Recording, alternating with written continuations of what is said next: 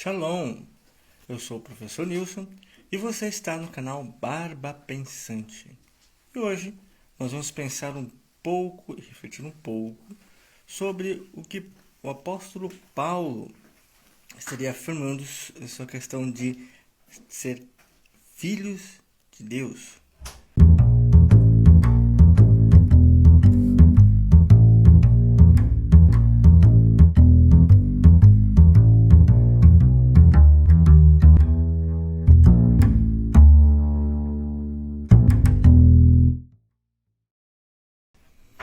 Nós vamos usar como texto base a carta que o apóstolo escreveu aos Romanos, mais precisamente o capítulo 8, dos versículos 14 ao 17. E eu vou estar lendo para vocês na versão da Bíblia Judaica Completa, de David Stern, para ter um panorama um pouco diferente, mais próximo do seu contexto original. Então, vamos lá. Romanos capítulo 8, a partir do versículo 14. Todos os que são guiados pelo Espírito de Deus são filhos de Deus. Porque vocês não receberam um espírito de escravidão para conduzi-los novamente ao medo. Em vez disso, receberam o Espírito que nos torna filhos, e por meio do qual clamamos, Abba, isto é, querido Pai. O próprio Espírito dá testemunho a nosso Espírito que somos filhos de Deus. E, se somos filhos, então também somos herdeiros, herdeiros de Deus e co-herdeiros do Messias. Se sofremos com Ele, a fim de também sermos glorificados com Ele. Eu escolhi esse texto porque aqui tem alguns pontos que nós podemos refletir sobre esse presente que Deus nos traz e como Ele revela até nós, de sermos considerados filhos dele. Uma coisa muito importante que podemos refletir de início e pensar sobre essa palavra é o fato de que tudo o que diz nas Escrituras, principalmente no que diz respeito às cartas de Paulo, eles têm um propósito específico, que é levar à conscientização. Eu não sei se você já reparou que na leitura das cartas de Paulo, e todas as cartas, quando eu digo todas as cartas, são todas mesmo, o conteúdo é exatamente para trazer esta reflexão sobre a conscientização de quem nós somos, do que Deus nos faz ser, de quais promessas nós temos, de tudo que dá, os presentes que Deus nos dá pelo fato dele ser criador e nós sermos criaturas. E principalmente a transformação que nós podemos ter por meio da palavra dele e por meio de nos relacionarmos com ele. Paulo tem um propósito bem específico, porque ele faz questão de tratar com pessoas que não fazem parte do contexto do qual ele vive, que é o caso do contexto judaico. Todos que são guiados pelo Espírito de Deus são filhos de Deus. Essa é a primeira promessa ou consideração que Paulo nos traz como reflexão. Se nós somos guiados, somos conduzidos por Deus, então automaticamente somos filhos de Deus. Mas aqui temos um conceito bem interessante, que talvez se olharmos apenas para o texto do seu original, que é um texto grego, e a partir desse pensamento, nós não entendemos quando Paulo afirma guiados pelo Espírito de Deus. Essa expressão, dentro do contexto judaico, o qual Paulo fazia parte, principalmente ele como rabino, discípulo de Gamaliel, que foi um dos grandes autores do Talmud, na primeira parte do Talmud, Paulo traz um conceito judaico sobre a Shekhinah. O que é Shekhinah? Shekhinah é a presença de Deus, no sentido de manifestação de Deus. Então, se a gente olha nesse contexto, nesse conceito, mais especificamente, o que o apóstolo Paulo está afirmando? Que todos os que são guiados pela manifestação de Deus, pela expressão de Deus, são considerados filhos de Deus. E a única forma de você ser guiado pela manifestação de Deus, a única forma de você ser guiado pela presença de Deus na sua vida, é você, primeiro, deixar ser guiado, conduzido por Ele, deixar que, no sentido de receber a presença dEle. E mais, o terceiro e fundamental conceito é ter conscientização, saber que você está sendo conduzido por Deus. E o que Deus nos deixou como indicação e de forma de como ser conduzido por Ele é justamente aquilo que Ele deixou como legado para o povo judeu. O povo judeu não é à toa que é chamado de povo do livro, porque Deus deu para o povo uma série de leis a partir dos 10 mandamentos, depois mais 603 leis, que tratam de moldar o caráter, mas no sentido de dar uma cultura do povo judeu. O propósito do povo judeu é ser um povo que tem como cultura o relacionamento com Deus. E um povo que tem o relacionamento com Deus como sua identidade cultural tem um propósito bem específico, que é, por meio desse povo, o próprio Deus, Senhor Criador, se manifestar para toda a humanidade para trazer o quê? Salvação. Esse é o propósito de Jesus.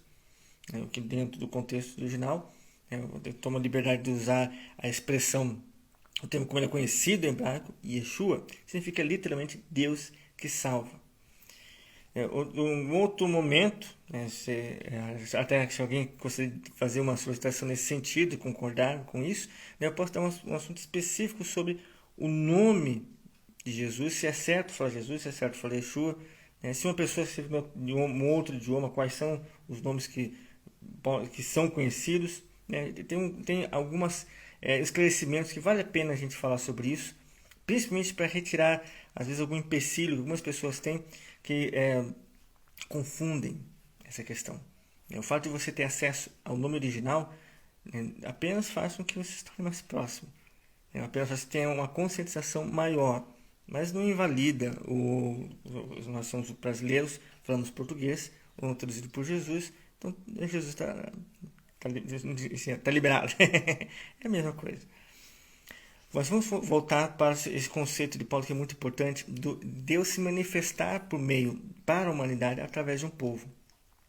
E as promessas que Deus deu para a humanidade, e esse é a grande gancho que Paulo nos faz lembrar nesse texto, é que Deus separou um povo para se manifestar nesse povo, para que esse povo possa ser o modelo de relacionamento com Ele. Então, automaticamente, Deus deu a esse povo promessas, e essas promessas Deus tem cumprido nesse povo. Quando eu falo promessas, eu estou referindo desde lá atrás, quando Deus começou desde o início, promessa com Abraão. O maior chamado de Abraão foi que Deus o chamou para ser pai de nações, para que ele possa cumprir um propósito que é que Deus pudesse abençoar a todo aquele que o abençoasse. E ele ser bênção para todas as famílias da terra. Essa é uma promessa para Abraão, que foi herdada a todos os seus descendentes e manifestada dentro da nação de Israel. E Deus está colocando, e no caso de Paulo aqui, fazendo lembrar essa promessa, de que por meio do seu filho, por meio de Messias, toda a humanidade ela tem a oportunidade de ser reconectada com Deus, uma vez que nós estamos separados de Deus por causa do pecado. Nós estamos novamente agora tendo a oportunidade de nos conectar novamente com Deus, nos ligarmos novamente com Deus. Nós temos a oportunidade de estarmos sendo considerados filhos de Deus, e por causa dessa promessa que é dada ao povo de Israel, que teve essa separação, eles têm a promessa de Deus garantida. Todo o restante da humanidade que não é judeu, que não é hebreu, tem a oportunidade de também ser considerado filho de Deus, de também receber essa promessa como co-herdeiro. E aí Paulo faz uma lembrança ainda maior, não apenas co-herdeiro, mas co-participante das promessas do Messias. Ou seja, nós temos toda aquela promessa que Deus deu para o Messias de Israel, do Rei dos Reis, ele ser rei não apenas para o povo de Israel, mas para toda a humanidade. Nesse reino vai trazer restauração trazer transformação, a salvação, a vida eterna diante de Deus. São muitas promessas que Deus dá por meio do seu povo e por meio do Messias, que é para toda criatura da terra. Isso é um grande presente que Deus dá por meio do Messias, Yeshua, por meio de Jesus. E por que eu estou dizendo que Paulo está direcionando essa carta especificamente ao não-judeu? Como é que eu sei disso? Se eu voltar um pouco no versículo 15, ele diz exatamente isso. Porque vocês não receberam um espírito de escravidão para conduzi-los novamente ao medo. Esse espírito de escravidão, se nós olharmos daquele conceito, a partir daquele conceito que eu acabei de citar no início, de que quando Paulo se referia ao Espírito de Deus, ele estaria se referindo à manifestação de Deus. Se trazemos esse mesmo conceito para essa questão de espírito de medo, nós vamos entender que o que Paulo estaria se referindo é todo relacionamento que as pessoas tinham com as suas divindades, que trazia como consequência o quê? O medo. Se olharmos as religiões pagãs que haviam em Roma, ou até qualquer outro povo ao redor de Israel, uma peculiaridade que todas, absolutamente todas tinham: relacionamento com Deus, ou com o que eles entendiam ser seus deuses, estava baseado em cima do medo, da apreensão. Os sacrifícios eram feitos, eram para amenizar a ira dos deuses, era para apaziguar o humor que os deuses tinham. Por exemplo, quando havia tempestades, ou secas, ou tormentas, ou terremotos, ou vulcões, isso era considerado uma manifestação da ira de uma divindade específica. Então o povo, por medo, para que essas iras não se manifestavam, aí sim faziam rituais, possuíam sacrifícios, que tinha esse sentido de apaziguar a ira das divindades. Geralmente as divindades eram muito temperamentais. Se a gente for olhar os gregos, então nem se fala. Eu gosto de falar que a mitologia grega é uma novela mexicana escrita por Quentin Tarantino.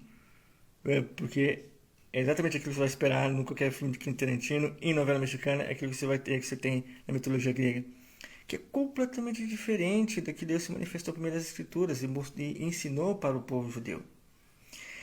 Deus se relaciona com o povo de Israel por meio de demonstrar um caráter completamente diferente dos deuses que estão ao redor do povo de Israel. Ele não é temperamental. Os sacrifícios não eram feitos para apaziguar a ira dele, mas para amenizar a nossa condenação. E todos os sacrifícios tinham um ensinamento muito específico. Era um sangue inocente derramado ao meu favor, que traz um ensinamento que até o momento em que o próprio Deus se manifestava e ele mesmo se dava sacrifício para toda a humanidade. É para isso que esse é o Messias. Ele é o sacrifício perfeito.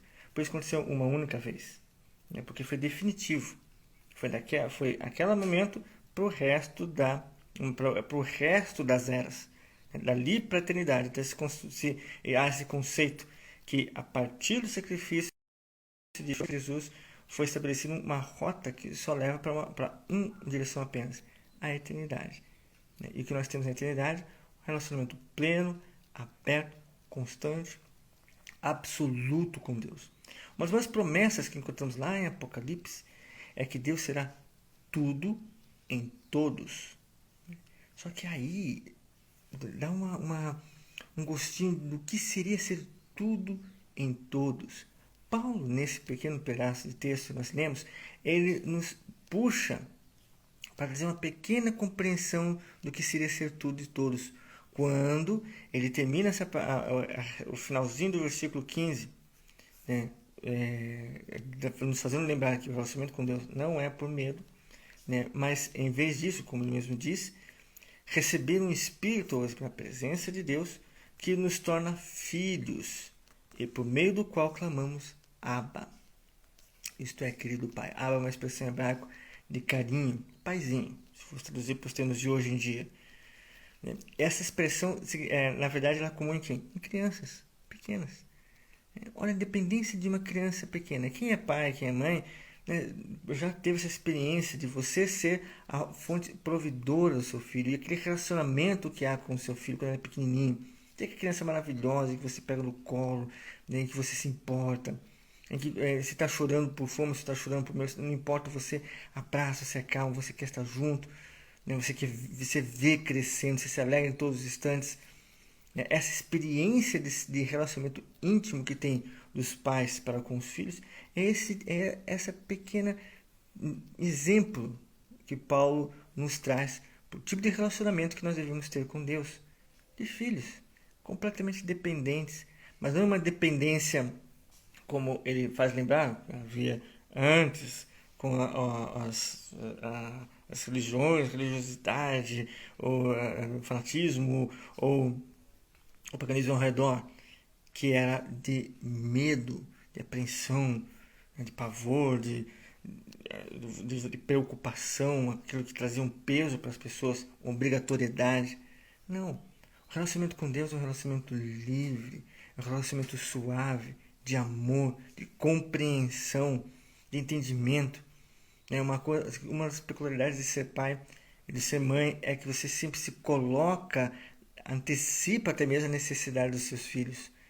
E esse relacionamento, no caso, imagina uma criança tendo compreensão de que você está ajudando seu filho, de que você compreende ele, se preocupa com ele. Imagina como esse relacionamento vai ser mais bem aproveitado. Os momentos de alegria vão ser muito mais saborosos.